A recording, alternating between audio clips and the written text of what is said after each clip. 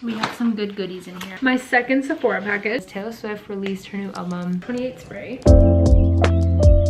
We are live from my bed. My Sephora package came. We're gonna do a haul. I had to restock and a lot of skincare. The first thing I got was the Ordinary Natural Moisturizing Factors plus HA Surface Hydration Formula. This is their face cream, Squalene Cleanser. And it's basically a makeup remover and a cleanser. But this I use as my pre-cleanser when I double cleanse. Now on to Inkey List. I have two products from Inkey List. This is just their niacinamide serum. I've been in desperate need of this because this is, I think, the reason my pimples resurfaced, because that got rid of all of them and I haven't had that serum for a while. I got another one of their peptide moisturizers. I really miss when they had the tube like Drunk Elephant. They changed into this.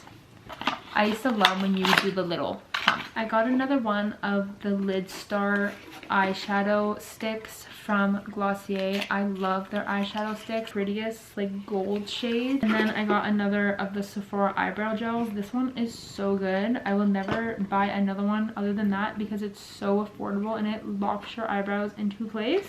I love the Milk Makeup blush. It's called the Lip and Cheek in the shade Work. I love it so much. And when I went to Florida, I dropped it on the floor and it was covered in hotel carpet. Who knows what was on the floor. So I had to throw it out and I was very upset. So I'm very happy to have this again. Stocked in the Sephora hand creams. These are amazing. I redeemed my points to get this almond oil shower oil. I heard amazing reviews about this, so I was really excited that they had a redeem like 100 points for it. And then I also got the Fenty Skin Fat Water. I heard amazing things about this and it's like a very decent sample size. My second Sephora package. We got two Tower 28 products. I am going to use this every single day this week and film my process for TikTok to see how I clear my acne on my chin, because there's reviews of people using this for 3 days, 4 days, and their acne is gone. So I am going to put that to the test. I got the Tower 28 concealer. I got this in the shade CC, which is number 3. I just got some eye patches. I really love Sephora's eye patches. I think they work really well. And this is just for depuffing. And then I redeemed my points again to get another almond oil. So now I have 2. And then I also got a leave-in conditioner. I love this brand, Moroccan Oil. I'm pretty sure it's just pronounced like that. It's an all-in-one leave-in conditioner. I did cut my hair.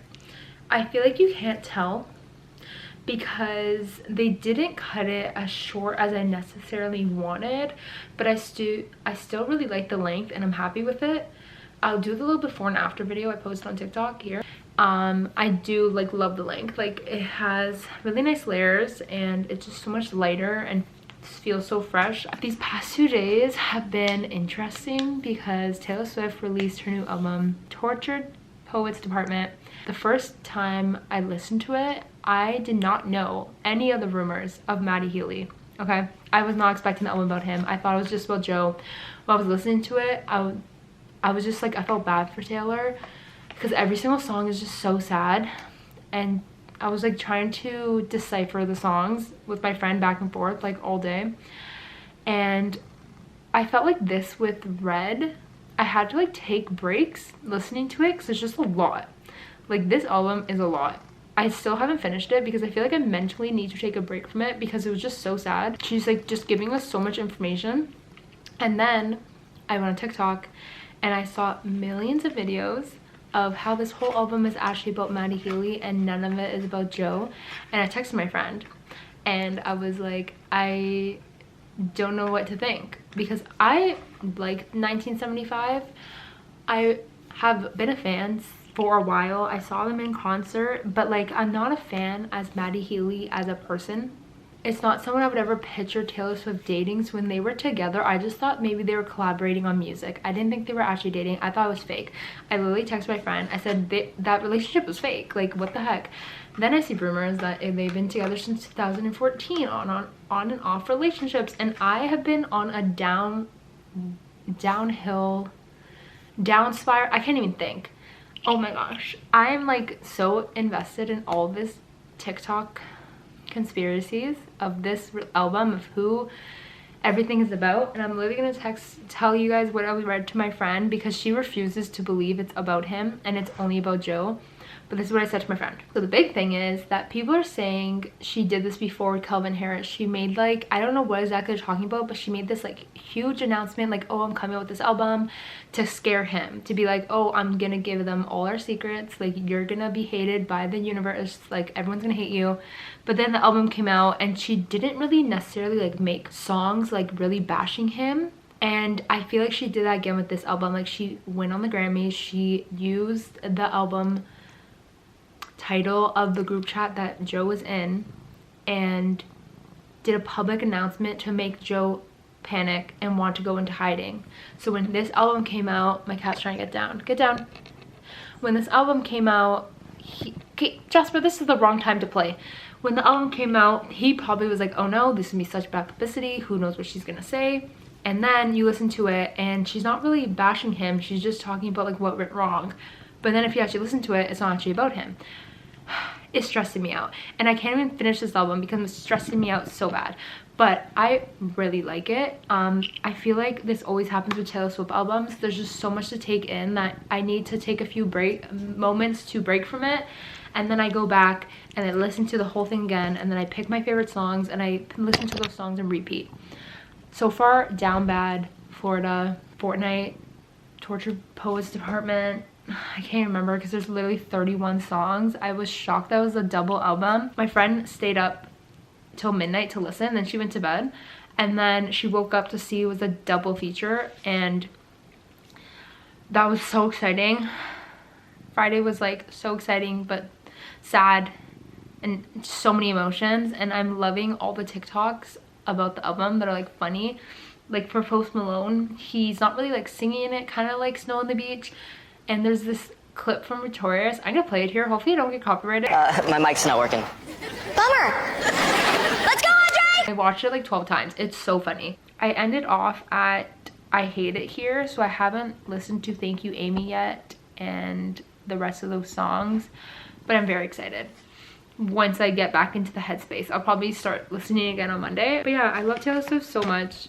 I'm so sad I don't have tickets to go see her in November. I can't even talk about it because it makes me upset. It's not stopping me from going to buy stuff to make charm bracelets. I think I'm gonna buy the stuff to make friendship bracelets even though I don't have tickets, because I already know once November comes, everything's gonna be sold out to make them because everyone's going to be making them. So right now I have a cart of like sunglasses, string, beads, the things to put the beads in for like $30 online. I might just buy it because then I'm hoping I get tickets. I also refuse to watch the Eras Tour movie because I want to see the first time in concert. I don't want to watch on the screen. I refuse to watch on the screen. I need to see it in person. So I also watched Lana Del Rey's performance of Coachella the second time this weekend. Like I watched it the first weekend, this is the second time. What a difference. I feel like the first weekend, maybe she was nervous or something, but I kept saying to my sister while we were watching, I'm like, why isn't she singing? Like she wasn't hitting the notes and she kept touching her microphone. She was having problems with her mic.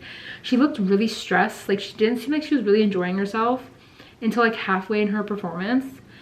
But like this time around, as soon as she got on stage, she was so happy. She smiled the whole thing. She was amazing, singing every single song. I found that it was completely different than the first performance. Like she almost has her confidence back. I am coming to you with a better headspace. Today's Monday.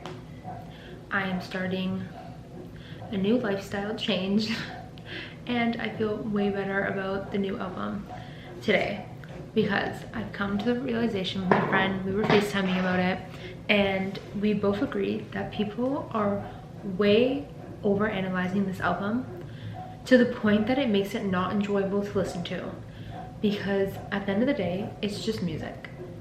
We should be listening to it for what it is and not analyzing it. Like no one does this with any other person's songs. So I don't understand why people are doing this with Taylor. Like I love to go through each song and like talk about the meaning, but I'm never like, oh, this is definitely about this and this is definitely about this person. We'll more go through like because her music used to be more of a metaphorical, where you would kind of be like, I wonder what that means. It means like this in this kind of relationship or this feeling.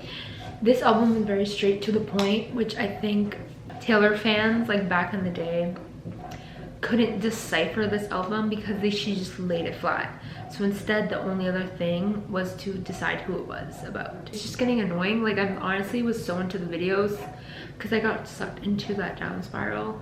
But now I just pass forward and I'm like, you know what, this is annoying. And if this was her, she would be annoyed. And someone took a video on TikTok. I feel like I'm gonna try to link the video in the description for you to watch, because she really explains it and I feel like she's onto something.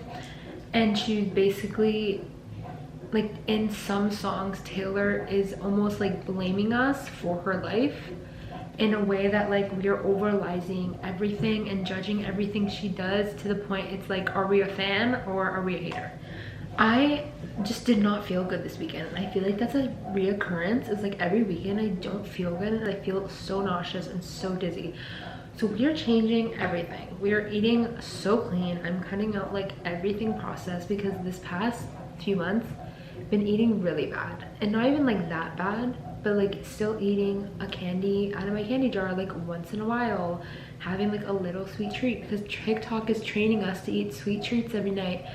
I was just watching, like, TikTok is brainwashing everyone and encouraging people to eat really bad, and it's not good. So we are changing that, and I'm not drinking cold water anymore, because this is something I learned not on TikTok, but cold water just is not good for you. And I drink ice cold beverages all day, and I think that's the reason why my stomach hurts. So we're having warm teas, warm water. I'll drink ice water from outside in the summer, but when it's winter I don't need to be drinking 10 gallons of ice water. And I'm gonna put a pimple patch on today. This is like a big patch. I have this area and this area I need to clear up, and then we're gone. And I think by the end of the week this will all be gone. I'm gonna look crazy if I have to leave the house.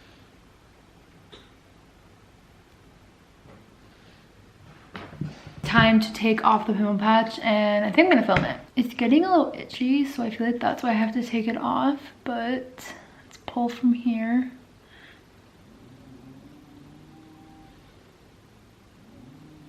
Oh, my face feels so much better now that that's off. It got two big chunkers. Sitting here editing this week's video, and I want to give some final thoughts on what I think about the whole dilemma of Taylor Swift. Okay, Taylor Swift released an article talking about the meaning of each song, and I feel like that is how we should look at each meaning and not decipher every single little clue.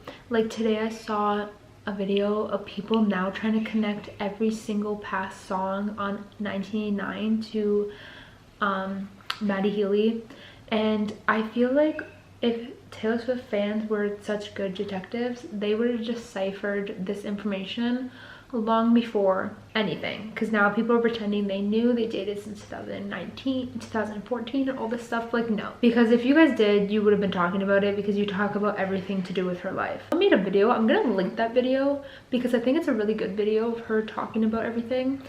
And they were saying in the video, like, Taylor Swift is almost like, I forget what song it is, she's almost like saying like, look what you, like, almost like, look what you made me do, in the way of like, look what it's come down to. Like, you want to know every single piece of my life, you want to decipher every single little meaning of the song, so I'm giving it to you. And now people are complaining that it's too graphic, the album, and there's too much, it's too heavy, and she shouldn't have released it. So I feel like she can never win. I personally really like the album. I do like how there's such like a differentiation of everything. People are saying that this is like the end of the eras, because every single song sounds like it's connected to another album. So all the videos I like on TikTok, I'm going to link in my description so you can watch them, because I do, when I was listening to each song, there are vibes I get from different albums. So this was her almost like closing the era, forgetting everything and putting everything in the past so she can like move on to better things and new music. That's why people think Reputation is coming next, because she's like rebuilding her reputation and putting all these past relationships in the past. In general, I re-listened to it, and without like really analyzing every song and every single little meeting, I really like the album. I love how every single song reminds me of a different era. I get Folklore vibes, I get Evermore vibes, I get Midnight vibes, I get Reputation vibes, I get 1989 vibes, and I really love it. And I like how the second half of the album is different, and I realize the second half is produced by Aaron and the first half is like mainly produced by Jack, and I like the two different sounds that it gives. I love every single song, to be honest. I feel like there's only like a few songs that I really don't like from Taylor Swift, and there's like only like a handful of 4. Like I like everything she puts out, and I really like the album. I'm really happy we have 31 new songs, and I don't think I'm on the same page as everyone saying she should have left some songs in the vault, because I think she needed to get this all off her chest, if that makes sense. I'm going to link all those videos below, but I hope you enjoyed watching this week's vlog, and I will see you guys next week. Bye bye.